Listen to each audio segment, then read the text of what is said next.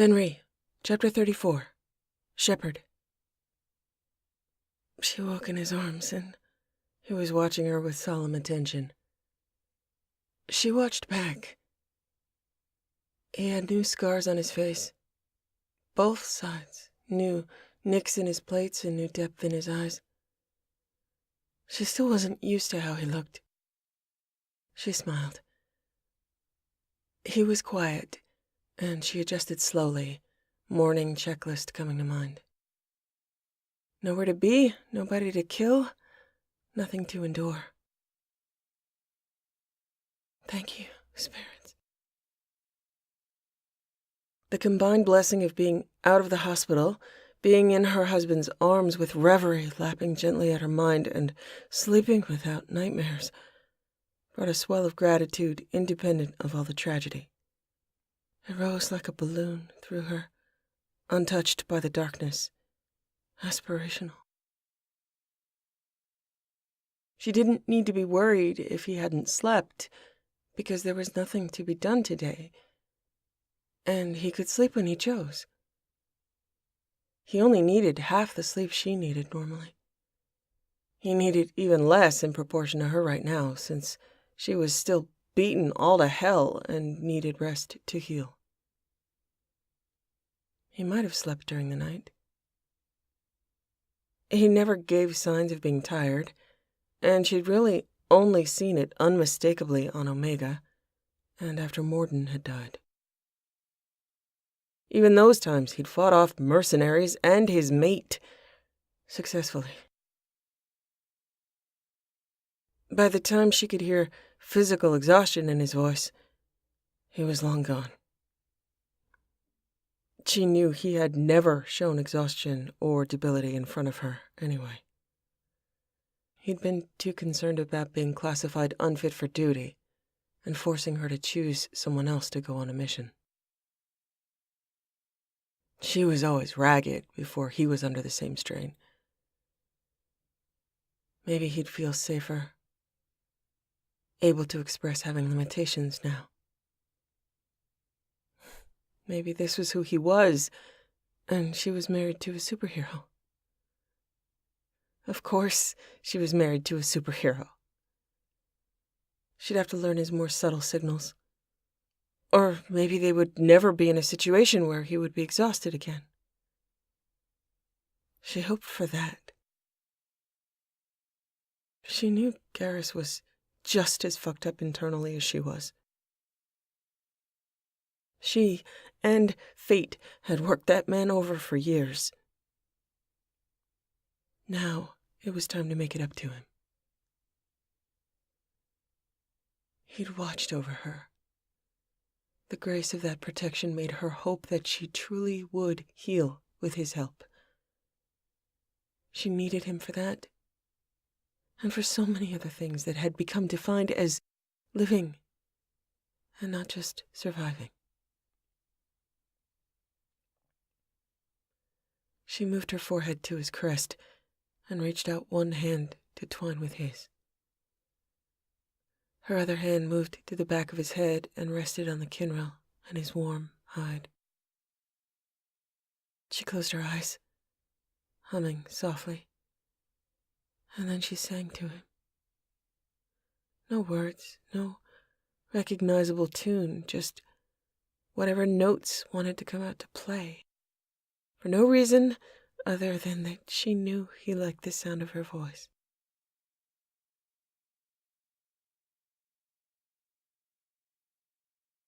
Timeline: 6 months after the Crucible. Her silence was hard to keep regarding the Crucible when she saw off-base speculation, but she withdrew as much as possible from the discourse.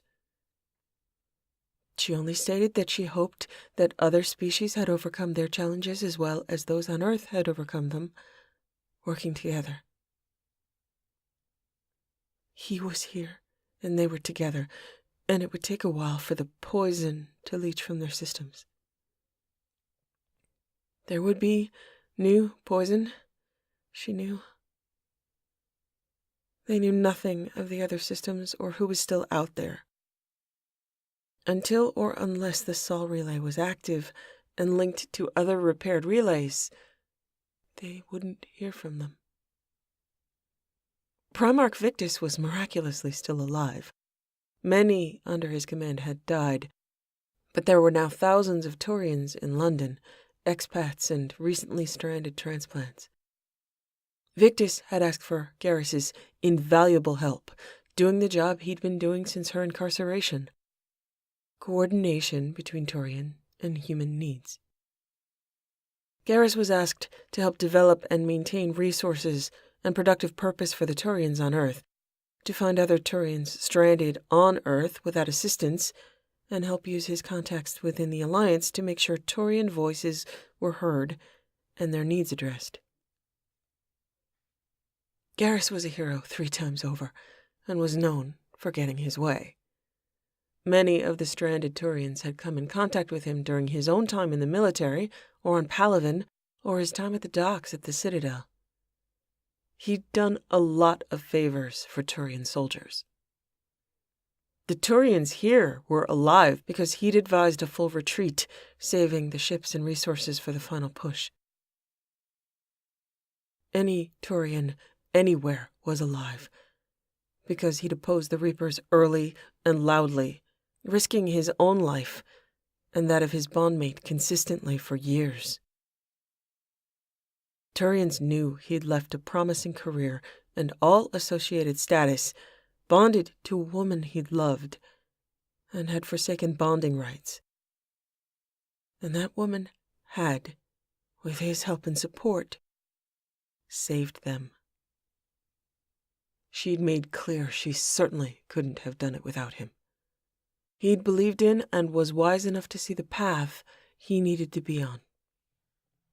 Garrus and Morm had claimed the apartment next door as an office. Due to Garrus's security conditions, who they were, and the extensive damage to other parts of the building, they were the only tenants. She and Garrus could have meetings and work there, and not have their personal space invaded. Mostly, Garrus worked. Morm had a desk, but she didn't use it except to sit when she went to go visit him. Getting a work schedule off the ground took a little while longer than planned. The first day Garrus had scheduled to work, she'd walked over with him the whole 10 yards, and then left shortly after to let him focus and settle in. About 45 minutes later, he had slammed into the apartment, caught her by the waist, and set about molesting the hell out of her on surfaces in the apartment not generally intended for sex. She hadn't asked for an explanation, but he gave it with the words, "Because I can." His mouth at her throat and his hands tangled in her hair, pulling her head back. Yes, he could.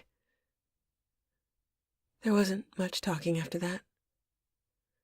The rest was not short, but it was rough. So, no more work that day. She could, in part, measure her progress at healing by his growing willingness to toss her around like the weak and boneless rag doll she was compared to him. He was still controlled, but he was more willing to use his strength, less afraid of breaking her. He determined exactly how much she could take with her new, old body, from reverie to muscle strain to flexibility. She remembered his words about what he'd accomplished with his Reaper task force. As much as I could get away with, and a little more. It was an excellent motto for him. As far as status went among Turians on Earth, Garrus was the pinnacle, surpassing the Primarch based on his experience and accomplishments. He knew humans well enough to have married one, according to him, the best one. His presence cleared up a great deal of the Turian bullshit he'd always despised, and now had the authority to end. He didn't allow clan disputes that might have existed on Palaven, which was a feat that Victus himself couldn't accomplish. Garrus would tour facilities, getting out on the street and in the Turian enclave once a week. He even made new friends, reconnected with old ones, and brought some back to the apartment. He was always done with work on time, and he never allowed any Turian business back over the threshold of their home, unless it was a good story. Or unless she asked, which she did, often. Moram made new Turian friends, and got free Turian cooking lessons, watching groups put together dinner. She turned off her translator often, and got lots of help learning how to speak the Turian language. He convinced the Turians to call him Shepard, and credited all his actions to the legacy of Clan Shepard and his Ava. He was genuinely happy, useful, fixing problems and sparking with ideas, which he cajoled or ruthlessly forged into policies. Victus had explained it to her. You cooperate with Garrus and get a fair deal, or he will go around or through you and cut you out of that deal. The only people that didn't get along with him were the ones angling for an unfair deal in their favor, and they found themselves quickly plummeting in social status based on Garrus's judgment. Individual Turians didn't have enough power to hand on Earth to be able to afford being petty and playing political games. Moram thought of Despoina, and water still sluiced through her dreams, but the sense of Leviathan had faded, and the idea of space travel to get there and what could go wrong made it prohibitively impossible to consider for now. She didn't want to travel, really, but they were still in the baby steps phase. If and when travel was open to Palaven, she wanted to go.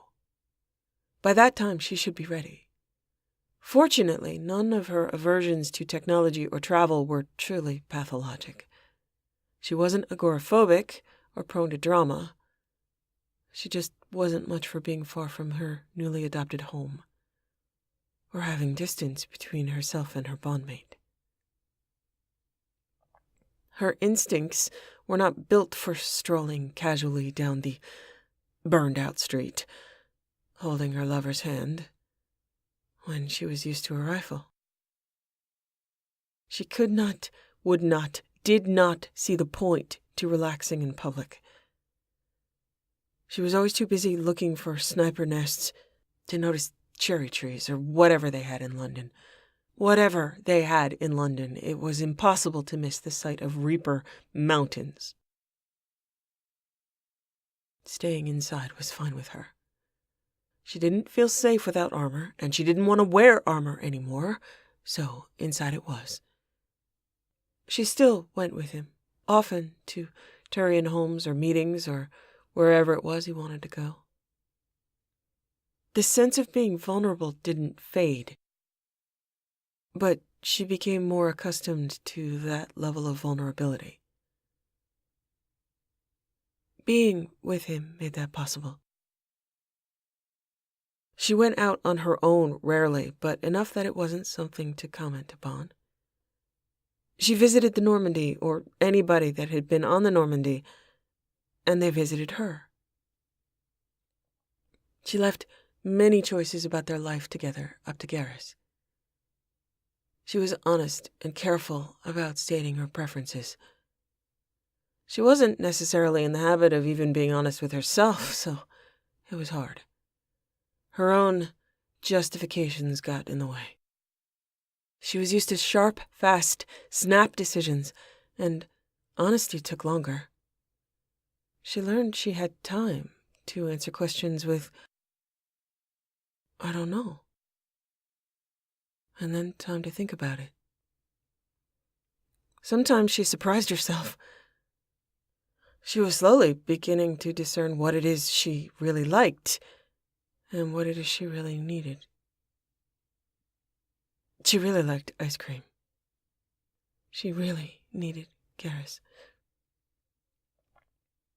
In comparison to that scale, other things fell into place over time. She didn't like crowds. She did like some individuals. She needed silence.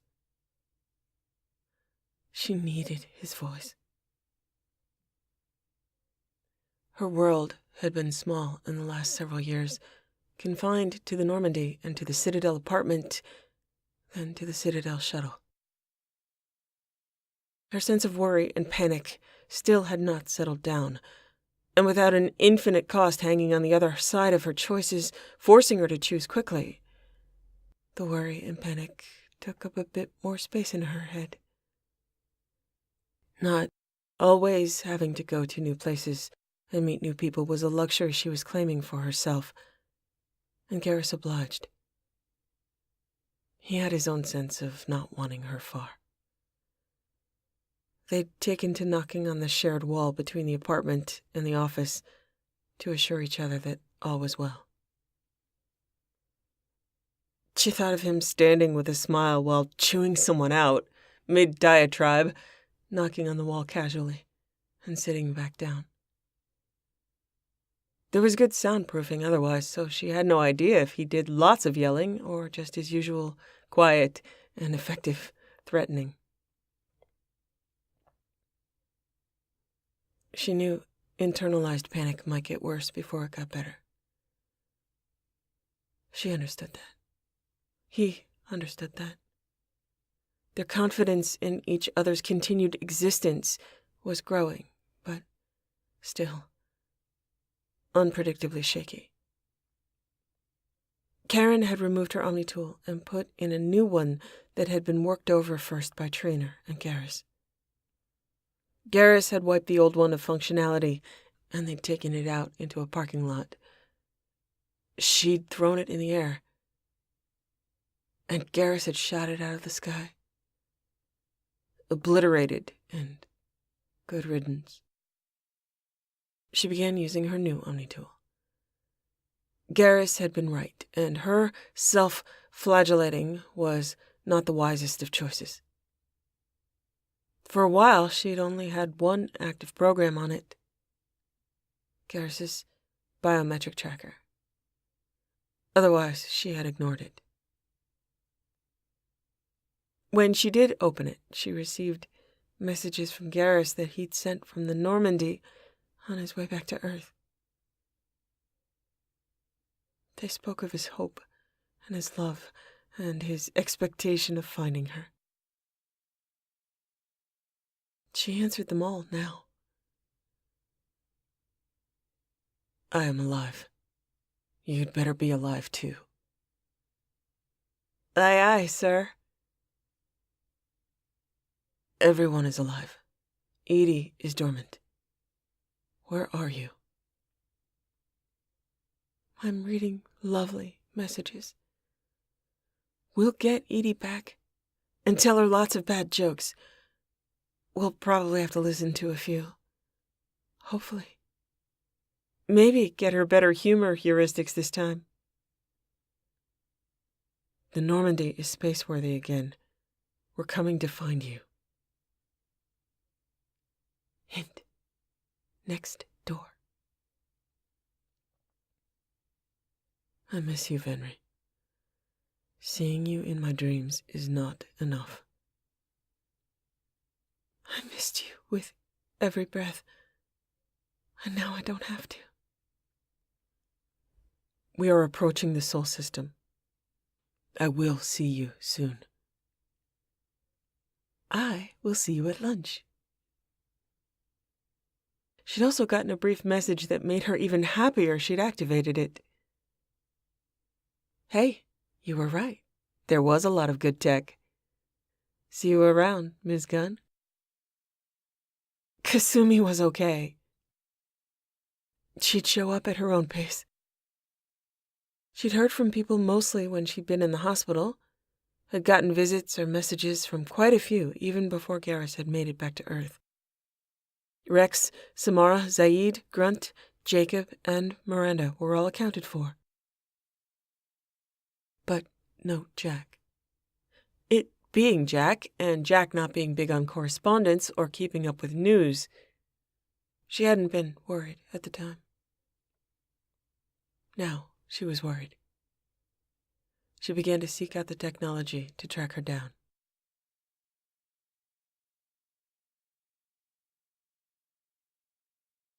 Moram stuck to the apartment because she enjoyed the silence. The picture window had been left opaque. There was a screen embedded so they could display any scene they wanted. But they decided that any views of Palaven or Earth were ironic and dissonant because everything was now reaper-scorched, and looking at pictures only brought questions to the mind about the present decimation of points of interest. She occasionally ran a program of a view and sound of ocean depths when Garrus wasn't home. It was hypnotic and relaxing, and she could stare at it and let her thoughts roam the water. It had taken Moram days of research through reports and after-action interviews, combing through data, looking for one foul-mouthed psychotic biotic. Jack had died defending her kids from an ambush by 3 banshees. Flanked, Jack had done damage and drawn the attention of the banshees onto herself, allowing the scattered troops and her kids to finish them off and survive. Moram called them kids because that's how Jack saw them. But they were soldiers now and deserved that respect. But in her heart, and in Jack's, they'd been kids. Moram had a new project. Jack Academy would be set up as a place for kids, any kid, to live and train in academics with a side program for biotics. There were a lot of orphans on Earth. Not as many as she'd hoped. So many faceless dead, buried in the rubble. She'd asked Jack's kids what they needed, and she would build it for them. That had been a bad day, when she'd found the news about Jack. She'd been in the apartment since her work was not so much coordination of actual people that needed to be spoken to, but research. There'd been so much in the way of loss and heroics and miscommunication that the kids, who had been working on rebuilding, had not been in touch. They knew of Commander Shepard, but their love for Jack hadn't extended to knowing Moram would be there for them. Moram had only been a passing face. Jack had been a constant for years of their lives. Jack had saved David Archer's life, and the juice-drinking Rodriguez. She'd saved all of them.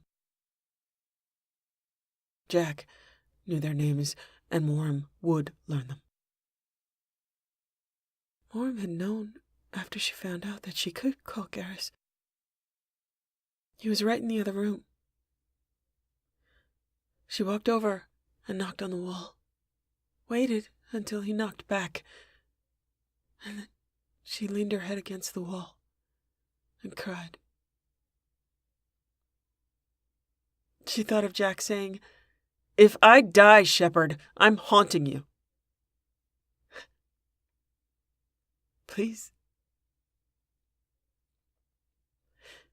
In the end, she had spent a few days alone with the information, quietly or not so quietly grieving in his absence. She told Garrus that one of Jack's kids had gotten in touch with her and let her know. Then she'd spontaneously confessed immediately after, admitting to lying and telling him that she'd found out that nobody else had been looking and that she was going to build a school. She couldn't explain. And he didn't ask her to explain. He'd held her and rocked her back and forth, and she melted back into his protection, allowing him to witness the envenomed wound, allowing him to start drawing out the poison. He was silent as she considered why she felt this way about one person, when she had no idea how many people she'd murdered with her choice. When had Jack died? Had Moram been limping toward controls, shooting Anderson in weak-minded collapse, stuttering over a projection of a long-dead child? If Moram had only gotten there a few minutes earlier, been stronger-willed, would Anderson still be alive? Would Jack still be alive? It was impossible to feel it all. It was impossible to even feel how she felt about this one death, except it made her want to lie and hide. And she'd done both. It was about Jack, and if anybody understood that you could be a person that had done bad things and still love and be loved fiercely, it was Jack. Moram had replaced the holographic candle for Ava, and after Jack, she noticed Garrus had put another holographic candle down next to it. A candle the color of Jack's eyes.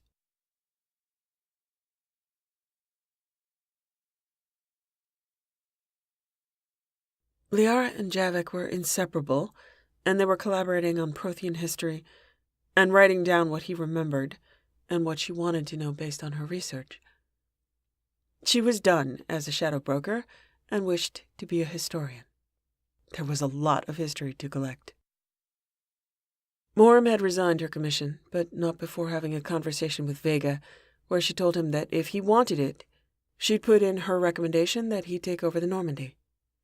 He could oversee her refit and maybe take her out to Hawaii and visit. He and Hackett had agreed. The crew stayed assigned to the Normandy intact in theory, but people were busy helping out with the rebuilding efforts on the ground. Tally and Joker had stayed mainly on the Normandy because Edie was still in the co-pilot seat, and Tally had found purpose in trying to help Edie come back to life. Joker helped Tally navigate Edie's codes and traps, and didn't want to miss anything.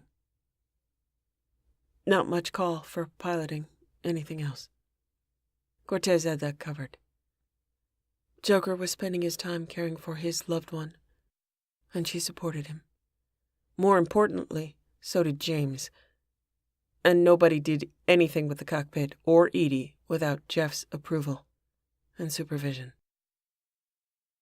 Caden was a Spectre, and so was Moram, but they were useless titles. There was no council. There were no council resources. They just let that hang without commenting on it, and Caden stayed with the Normandy. He'd make an excellent exo for James, and it was good there was no combat just yet because his biotics were non-existent. At least he had a decent pistol. Caden had located his mother and moved her to London, where they could spend more time together. Moram's biotics stayed low in intensity but didn't fade. They did have some force, and retained the unusual appearance of smoke and lightning. After she'd recovered, they'd gotten stronger. They were still fun in bed, and useful if she forgot to switch on a light. That was the extent to which she wanted them to interfere with her life. She had every upgrade removed under Miranda's supervision and advice, and what remained was just human woman, and some weird perks she'd picked up in her travels. That, and a new fancy leg she felt was likely worth London's crown jewels. But overall, she had made the transition from Shepard to Moram. She felt much less like an engineered, walking weapon. That, combined with her sense of vulnerability on the streets, was less frightening than comforting. She wasn't afraid to die. She didn't think Garrus would allow it. She had no real need to be badass every moment, and several very good reasons to be non-threatening and out of the spotlight. It made her feel better to know she wouldn't allow herself to be pointed like a weapon at someone as a destructive force. She still worked out, was good at combat, still had her reflexes and her mind, but she wasn't the primary source of danger in a room anymore. The primary source of danger in a room now was usually Garrus. That suited her and made him happy, so it made her happy. She would gladly ask him to open jars for her for the rest of eternity. The satisfaction he got from protecting and helping her was something to treasure and encourage. It was a large part of his healing process to see her getting better, to see that being with him was what she wanted from her days. They were both steadier. Cortez, Joker, Ken, Gabby, Adams, and Samantha all stayed on the Normandy crew. For now, the plans were for scouting, heavy transport, and rescue missions on Earth and within the Sol system when the Normandy was back up to speed. Karen had transferred to the London hospital. It was doubtful the Normandy would need a full-time medical officer, with the reality that most missions would be fetch and carry, and always easily diverted to a hospital. Preferably the one Karen was in. Moram was perfectly happy to stay at home and sleep, read, work on her plans for the academy, and try to avoid follow-up medical commitments, which never worked because Garrus had her calendar and made sure she kept every appointment. She finally had some time with no life-or-death choices to make, or even productive choices. She was practicing letting someone else handle it, and that had varying results from overwhelming guilt to irritation to gratitude to breezing through it easily. Then being brought up short against the reality that she needed the time because emotional and physical vertigo were unpredictable. Sometimes when she was alone, she had to sit down wherever she was and hold very still until panic or crying stopped. It was practice in self-care to not viciously kick herself internally and tell her to pipe the fuck down because important things needed to happen. Nothing more important than this needed to happen now, and she had to endure it instead of avoid it. Slow and steady practice with this was yielding results in longer periods between breakdowns. She also grew to know there truly was nothing she could do about what happened, and that all her choices were done. She wasn't in the middle of it anymore, and she could just ride it out and let it pass. She imagined instead of standing in a swirling river and being swept away by it, the river was always there. She'd deal with it a bucket at a time. It was a lovely thought. It didn't always work, and she was still swept away often, but not as often. Her primary relationship was with her bondmate, and her secondary relationship was to a level of private grief that she felt she'd be able to excavate over time, and she'd have that time. Garrus had given her time, which meant he was really the one allowing her to heal. That was how she justified not telling him every time she cried for no reason, or spent a few hours under covers pretending to sleep. Mostly she was able to appreciate the fizz in her blood, with the knowledge that if Garrus wasn't right there, right now, she knew where he was, and he would be home soon, and he would be happy. And he'd always be there if she asked. She never got the real hang of asking, but knowing she could made an immense difference in her attempts at recovery. Seeing him happy made every moment in time worth her effort, and spending nights in his arms was the greatest reward she could have received. He loved her. He still loved her. It was a daily and nightly miracle.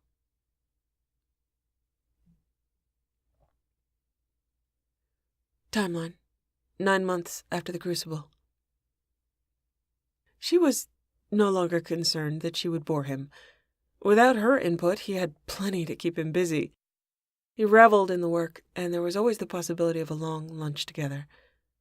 Long evenings together were a constant, and impromptu vacation days declared at need or at random, such as, "It's raining day," which got old in London, and that's why it was funny, to, "But the door is all the way over there, I can't reach it," day.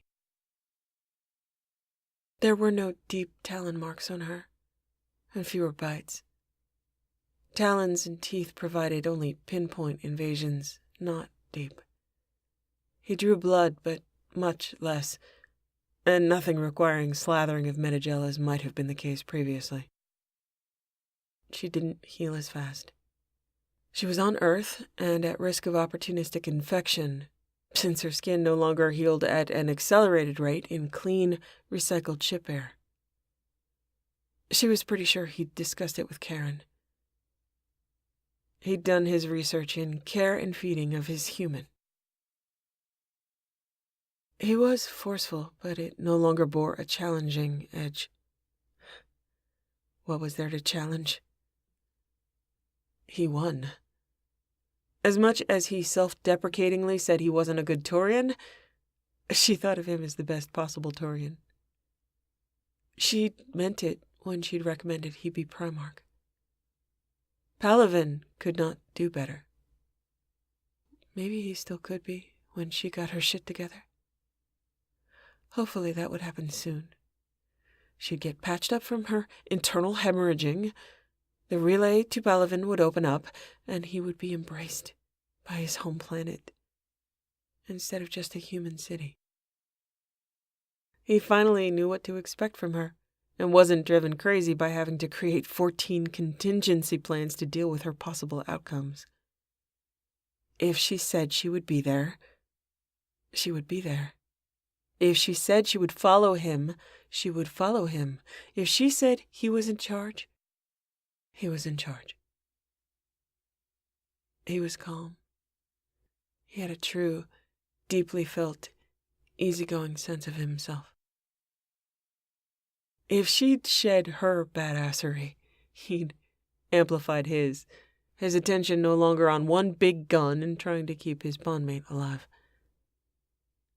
Now he watched over and was admired, even emulated, by a community of Turians, and he knew where his bondmate was at all times, and that she was safe.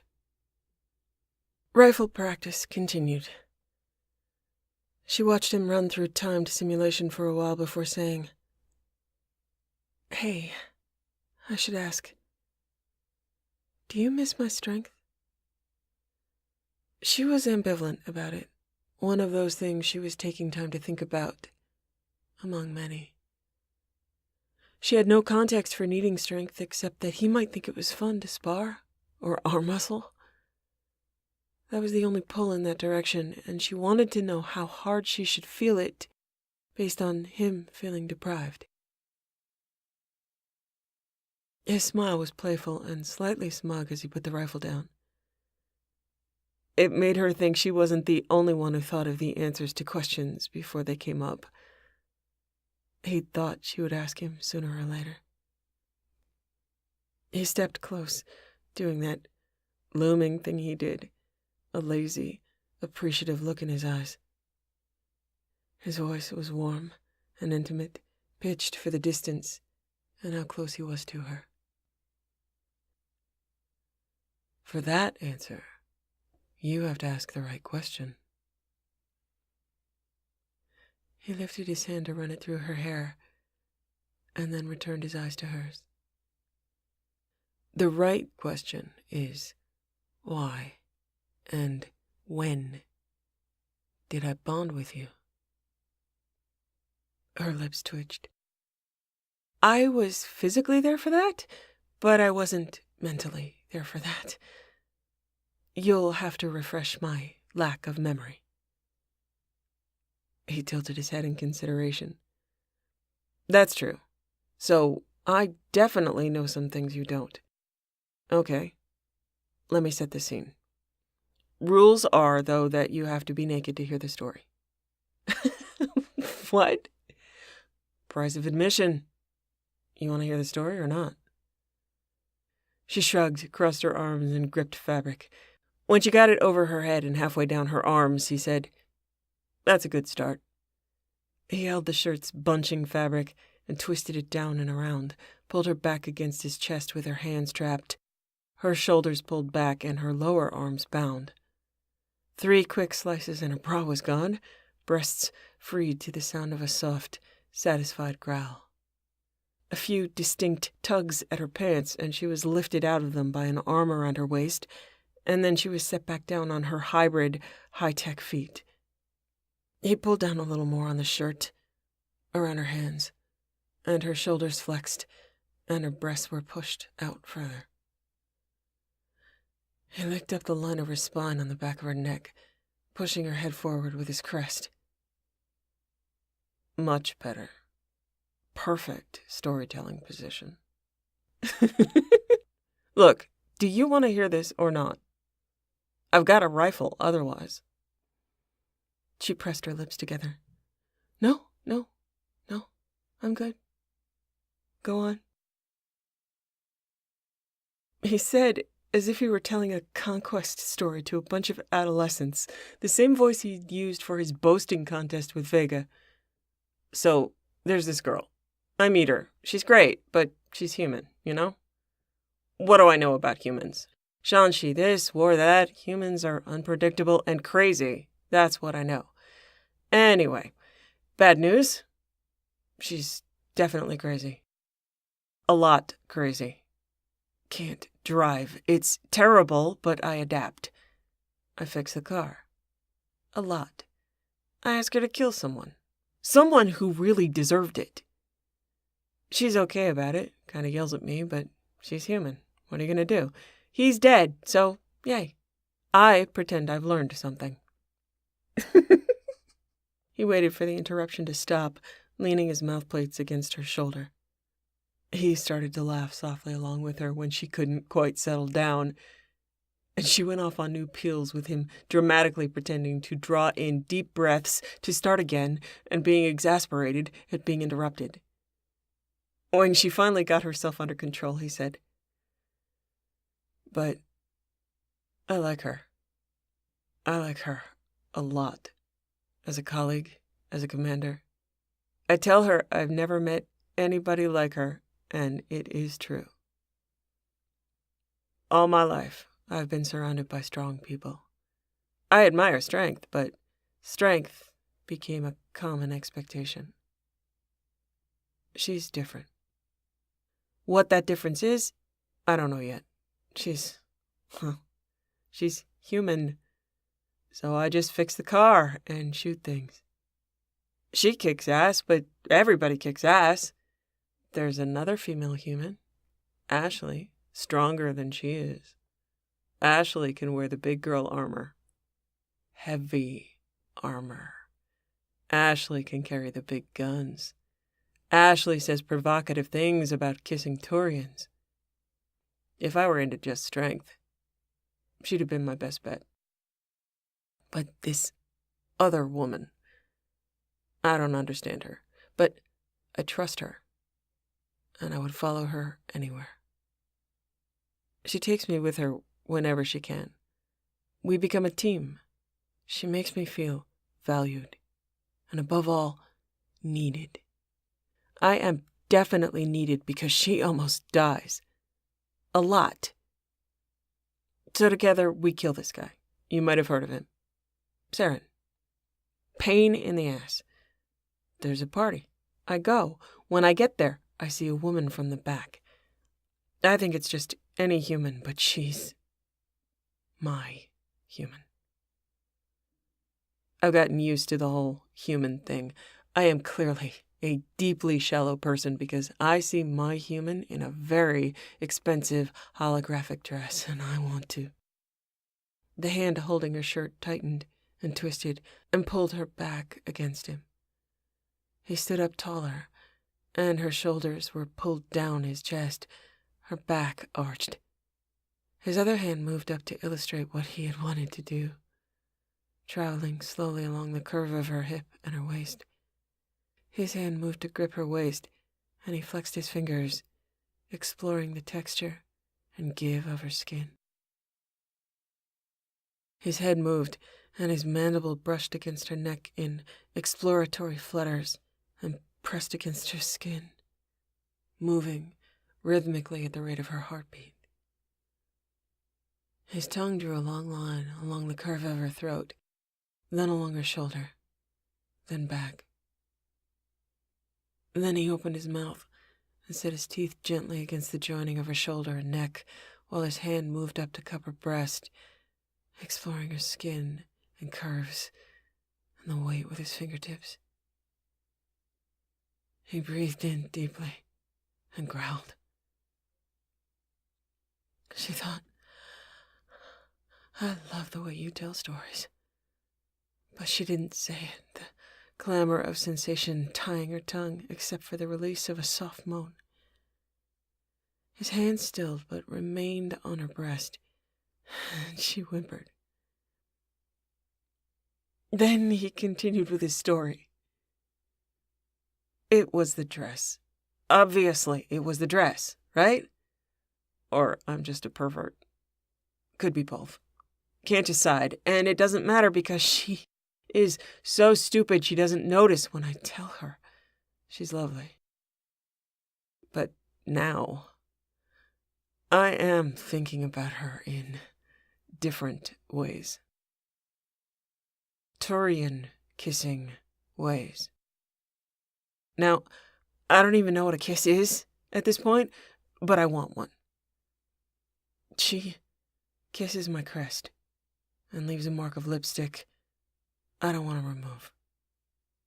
I know she didn't kiss anybody else at that party. I was watching. She was about as strong then as you are now, come to think of it. Just in case anybody was wondering. The pressure on her arms lessened, and he shifted forward at the waist until she was standing straight up, and then he bent her forward with him along the angle of his body. His mouth came closer to her ear. I came to realize she was beautiful. Beautiful to me.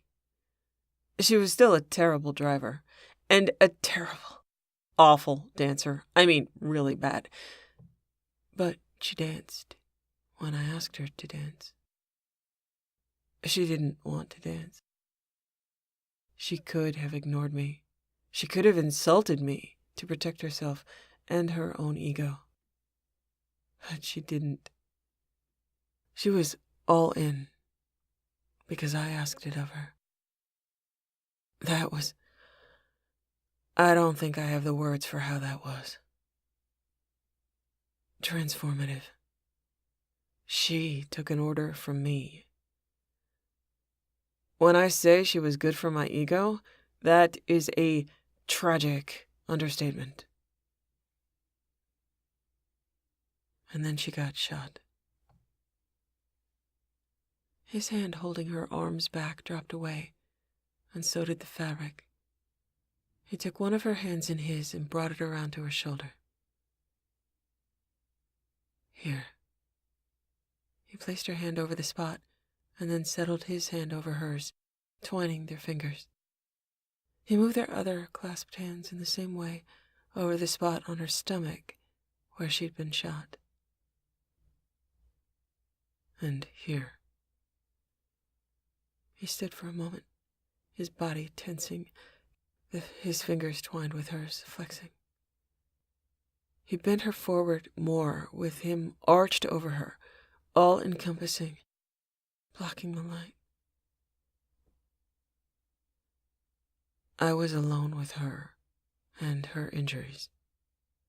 She'd never needed me more. Her fluttering and failing heart was measured in weak pulse strokes under my fingers through the alarmingly thin skin of her wrist. She almost killed me with biotics in her sleep, but when I spoke to her, she listened. She didn't know who or where she was, but she knew who I was. I was her Torian. From that, I got the idea to help calm her down by holding her, talking to her. My human would settle in my arms and sigh, snuggle closer and rest her palm on my plates. She'd struggle if I tried to leave her. I am telling you, grip like a drunken piejack on her. Lots of fingers. Freaky. She would fight to stay with me. So I held her in my arms for hours at a time, listening to her breathe easier when I was near, listening to her talk in her sleep, waking her from nightmares, feeling how she relaxed against me, seeing how she needed me, and she knew it. So then, I knew it. I was her Torian. I started calling her Venri before I knew I was doing it, but she didn't hear me. So I had this warm, soft, weak, helpless woman who needed me in my arms. And she smelled right. My hands on her body felt right. Her hands on my body felt right. She felt like home. I didn't care anymore about her being human, except that I was grateful for that fact. She was my human. She was better than all the others.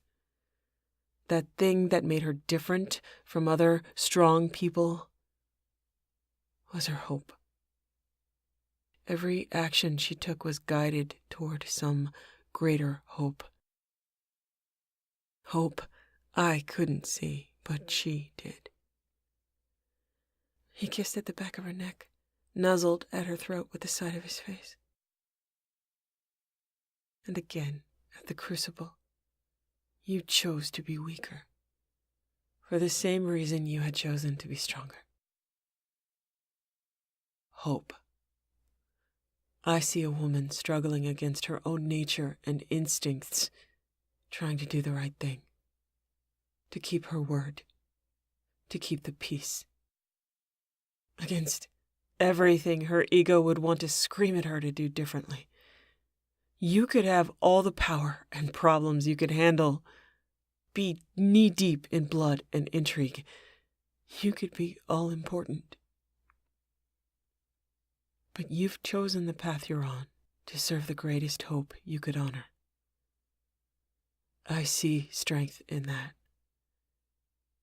And that thing that has always made you different burns brighter than it ever has. And One of his hands freed his cock from his pants while the other hand guided her to turn around. She watched his face, tense and wanting, fierce power in his hands as he lifted her by the hips and entered her to mutual groans and keening. He kissed and nipped at her lips, trembling from the rush of reverie through his body and the intensity of his words. Swirls of pleasure joined the warmth of what he told her, her doubts and curiosity gone. He groaned against the skin of her throat and readjusted his arms into an embrace. He tilted his crest to her forehead and said, I get a warm, soft, weak, helpless, hopeful woman who needs me in my arms, and she fights to stay there. She tightened her arms around him, I feel like I should clap. That was a good story. The best story. He kissed her and said against her mouth, "Well, clapping is optional, but you should definitely use your hands."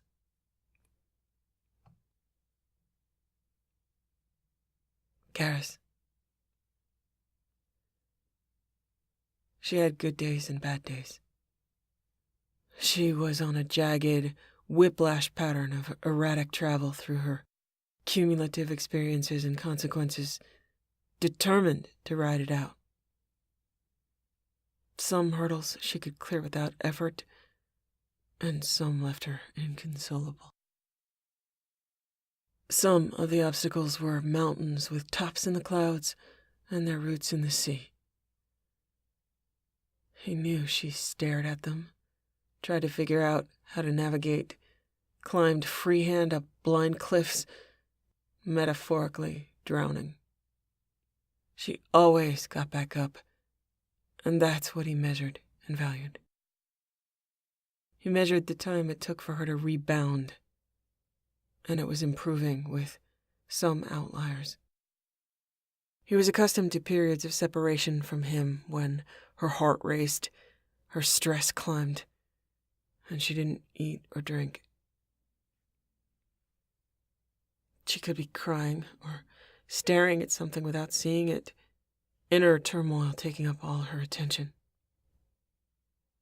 He chose not to respond unless she invites him in. Those interludes were not going to threaten her overall health, because he would be home soon to soothe her, hold her, feed her, love her. She had the right to her pain and single-minded method of processing it. He always comes when she calls, wishing she'd call more often. But he doesn't come to her at every stumble. He will always be home on time, if not early. She has a tendency to minimize and justify her pain to him. She's so protective of him that her attention gets pulled onto his experience of her pain. He leaves it to her to decide when she needs him there, not wanting to distract her from her own experiences. He compared it to her having night vision, with her rooting around in the dark. Once he was there, the lights go on, and she only sees him. She tells him about her worries and her problems, with her humor and perspective and determination to fix them. She doesn't tell him about every iteration or recurrence of them. She was struggling to continue to breathe, some of her breaths more painful than when she died in the cold without oxygen. He wonders if she sometimes counts as she breathes, measuring her continued action over time as a win. He wanted to stay with her through every breath, just like he had when she was in the hospital, but he knew she needed time alone. He made himself useful, found satisfaction in his work. She doesn't need to worry about him, but she still does. She can't help it. Still, he gives her no reason to worry. His slow, methodical, and organized way of living is possible now, as it wasn't on the Normandy, without constant disruption of plan and intent. Here, he can make his plans and intentions real. Her plans involve dealing with the aftermath of what has already been made real. He is in his element, and she has to learn who she is in peacetime. He almost went home to her the day she found out that Jack died. He'd heard a knock on the wall, and after he'd answered, she'd been in the red and been there for a long time. He'd been sure she was getting better. He'd graphed it. He had watched her spiral down for a few days, but hadn't asked her why. He sat in the office and reminded himself intellectually of her human tendency toward isolation. It was so antithetical to Taurian ideals of bonding that he had to repeatedly and consciously override his muscles, which were urging him to run to her. He reminded himself that was what he needed, not what she needed. He reminded himself that he would be able to distract and ease her mind later, that he would be able to get what he needed if he were patient. He reminded himself he had no words for her that would help her accomplish what she wanted to accomplish, her need for self-reliance. He wanted no part in her self-reliance, but that was the point, wasn't it? He had no part in it. What exactly could he ask her? What's wrong? She could open her arms and spin, indicating everything in all directions.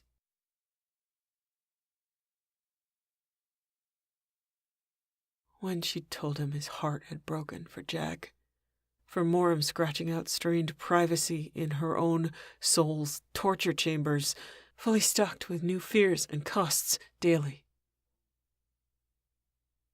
Just how much better was she expected to get from here? He didn't know what to expect, but he did know that she was brave, and he was fiercely proud of her. He'd dealt with her death with not so much bravery as self-indulgence. She was putting her mind back together, piece by piece, rather than inflict her chaos on others. She had time to do that during the days to herself, and she wasn't getting worse, even if she wasn't getting all that much better when she was on her own.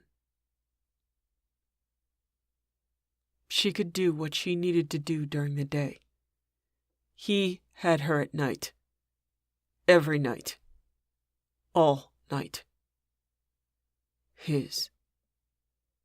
She always had a good night. Her humor was lighter. Her eyes were lit. She was joyous and loving, and he would never tire of hearing her voice, seeing her eyes when she welcomed him home. Hopes were reset at night, gains celebrated and losses dismissed as fleeting. Their hearts sped up and slowed down together. Inspiration was found.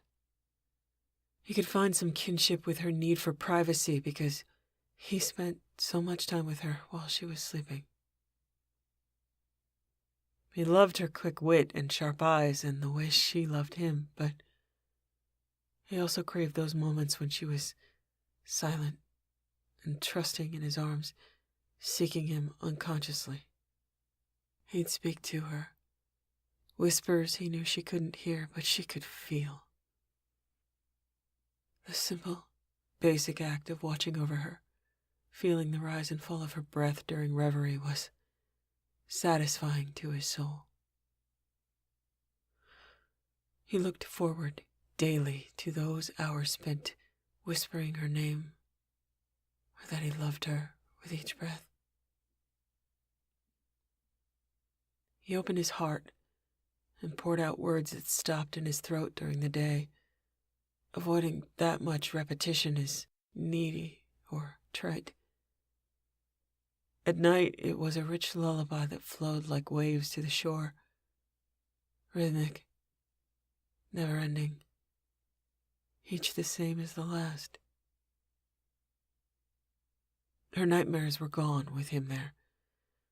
He takes greater private pride in the accomplishment of being her bondmate, of guarding her from harm with his body, than he takes in anything else.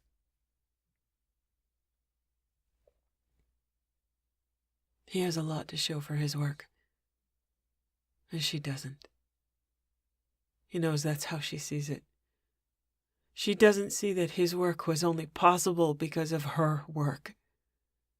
For whatever life was allowed him in its measure, he could spend every day working and never accomplish a fraction of what she had managed in the most crucial minutes of her life. There is nothing she needs to do in order to prove herself to him. She wants to prove it to herself, that she can be whole. He appreciates that she wants to be whole, but he doesn't care how broken she is. He wants to let her know she's perfect.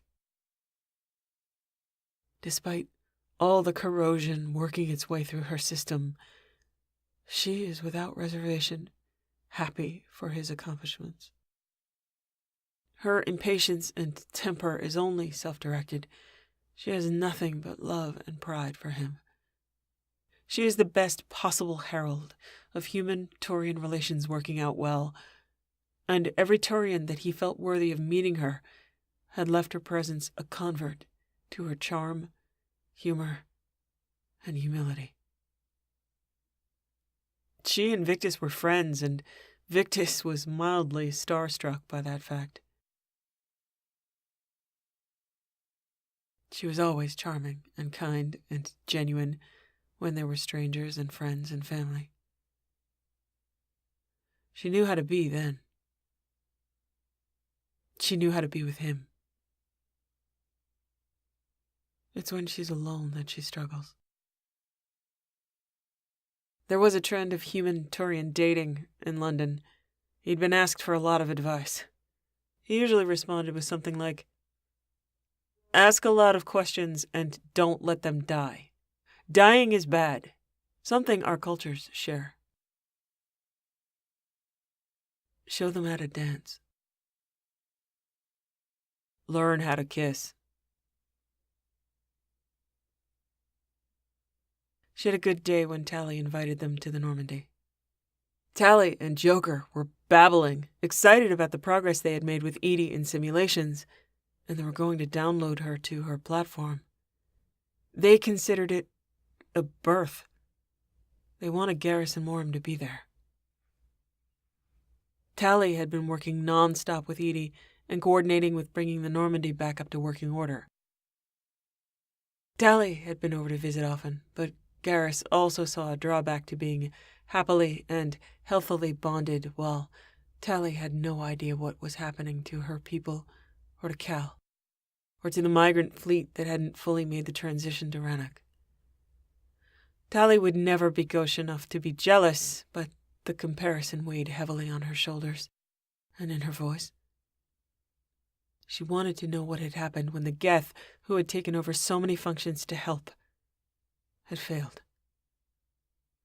Looking out or up from these concerns was understandably difficult.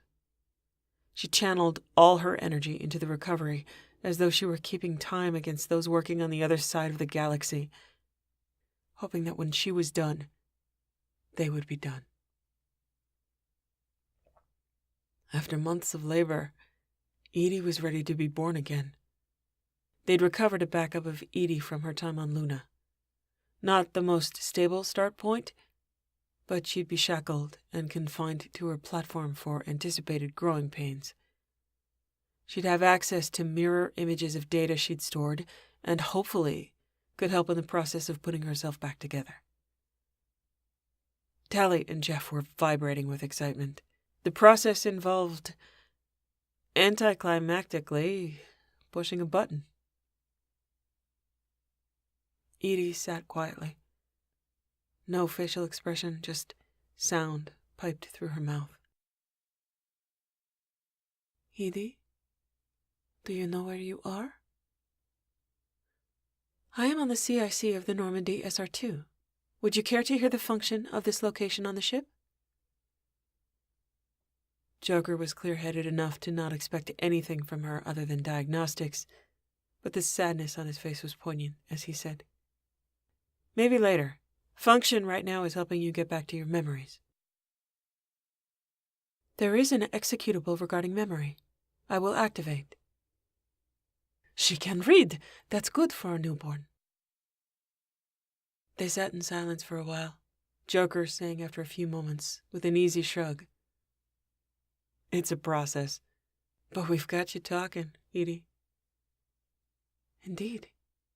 It appears I have talked quite a bit, and taken real-time imaging of my thought process."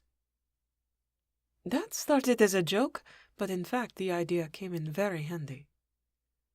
They left Edie to review her files, moved to the main bay of the CIC.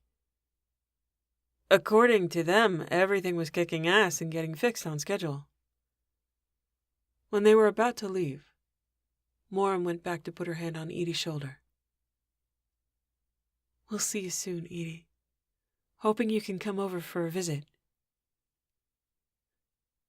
I do not know where, but I am encouraged to try new experiences. And old ones. We love you, Edie. We love you now, who you are." "I do not know who they wish for me to be, Commander Shepard. I will study." Moram squeezed Edie's hand, but there had been no reaction.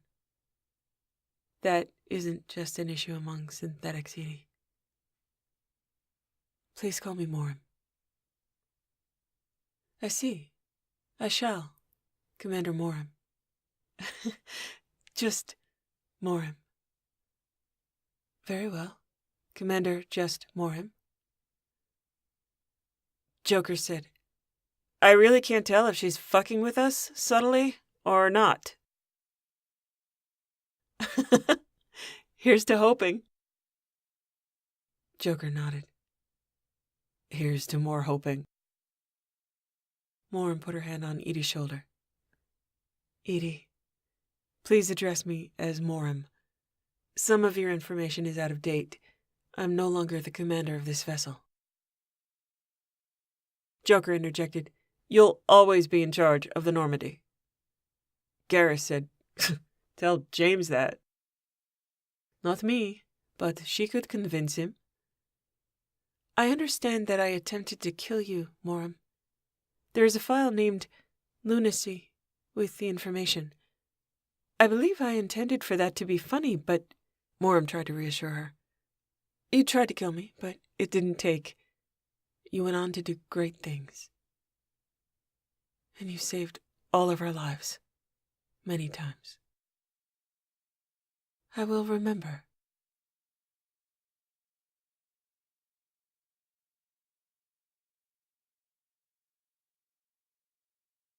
There was a bad day when a vid of Moram's nest in the shuttle on the Citadel was released. Or a good day. Sometimes it was hard to tell. He was inching slowly toward good, with bad implications of him not being able to murder people at will, which he was starting to miss. Diplomacy did have its drawbacks. There were a few survivors that deserved a headshot. He certainly wanted the satisfaction of delivering it. Diana was the only reporter with access to Moram, but the curiosity did not end there. Reclamation of the Citadel had continued. Someone had either made or stolen vid footage, and had released it with the speculation that this was where she'd been for months. It had been posted on the extranet anonymously. She had asked for his support in this, and he was grateful to be there, that she wasn't hiding it. He watched as Moram opened the vid file and saw the opening, the scene panning around the inside of the grim but poignantly organized and overstocked shuttle, and then to an external view of the bay. Her face went gray, and she leaped over the couch to make it to the bathroom, where she threw up. She was still pretty fast. He got some ice and a wet cloth and some water, followed her in, and offered them to her.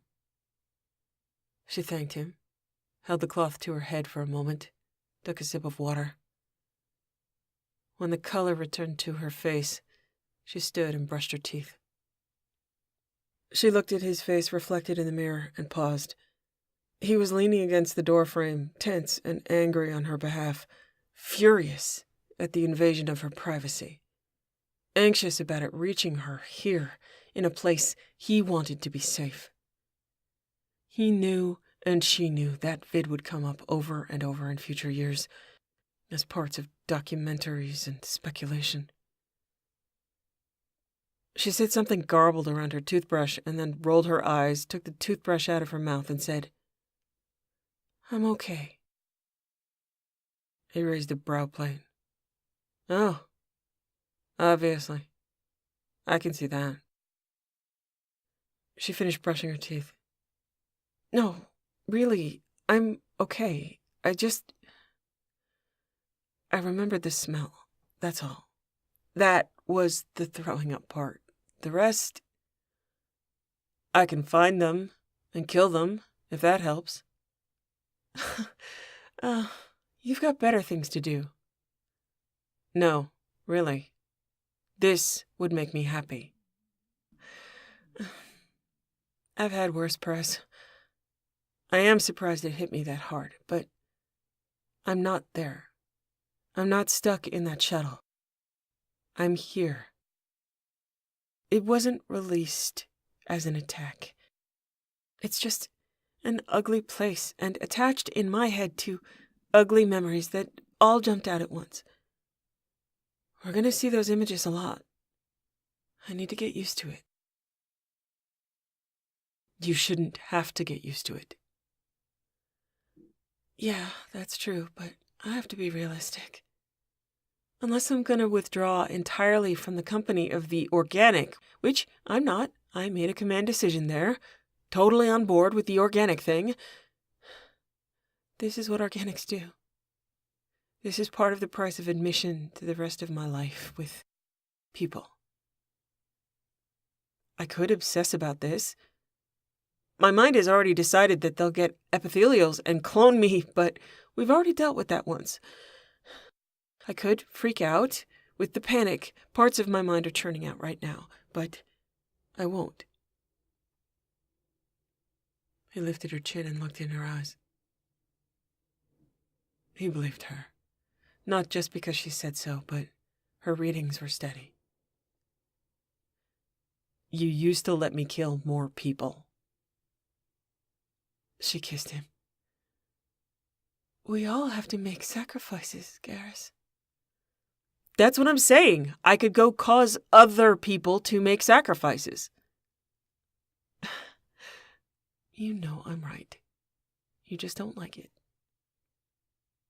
"True. Plus, your biometrics are fine." "I'm gonna start masturbating at random times during the day just to screw with your readings." He closed his eyes. "Why would you say that? You're evil." She shrugged. "Who knows? I might have already started, just to fuck with them more." He hung his head dramatically. She kissed him. "Samara's helping me with meditation and biofeedback. It's going to be fine. Now I'm grieving for all those meetings I'm going to run out of and the lame excuses I'm going to have to come up with." "You deserve it." "Yeah, I do. Hey, Turkis opened a restaurant. Not public yet, just by invitation for a while. Human and Turian food. Want to go?" "Sure. When?" "Now?" She smiled and took his hand. "Sure, let's go. Plus, we could look on the bright side." "And that is?" She waggled her brows dramatically. "They didn't find my leg." He winced. "We're going to dinner. Stop being gross."